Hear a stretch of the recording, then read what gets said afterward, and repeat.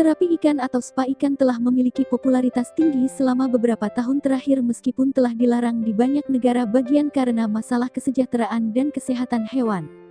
Tetapi bisnis ini masih berkembang pesat di Thailand, namun beberapa orang dilaporkan telah kehilangan bagian tubuh karenanya. Seorang turis harus membayar harga mahal atas keputusannya mengunjungi spa ikan bertahun-tahun yang lalu.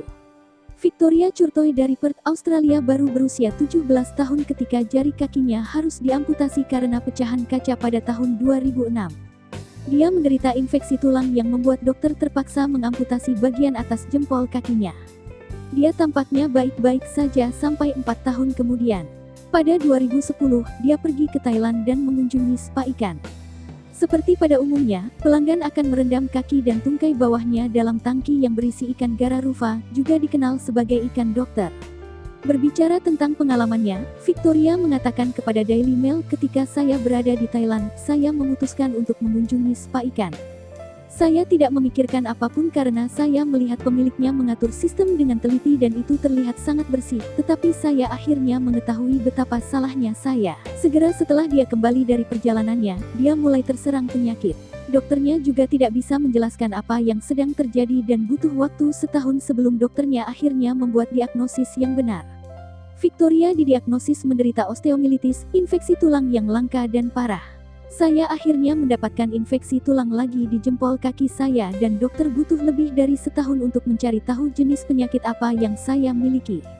Pada saat mereka menyadari penyakit saya, seluruh tulang jari kaki saya telah digerogoti dan merasa kesakitan sepanjang waktu, katanya.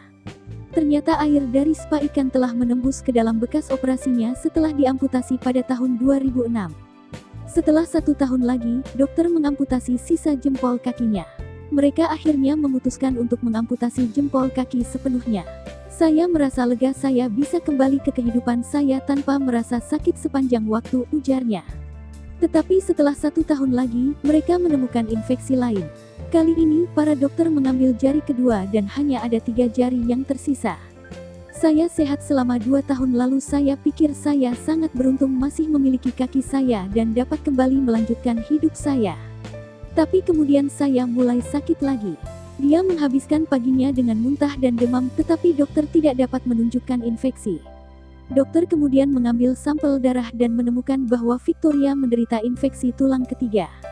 Dia pun harus mengikuti operasi lagi, jari kaki ketiga dan keempatnya diangkat pada tahun 2016. Saat itu, dia hanya memiliki 1 jari kaki yang tersisa. Tetapi dokter akhirnya mengamputasi jari kelingkingnya pada tahun 2017 ketika mereka menemukan infeksi tulang lainnya.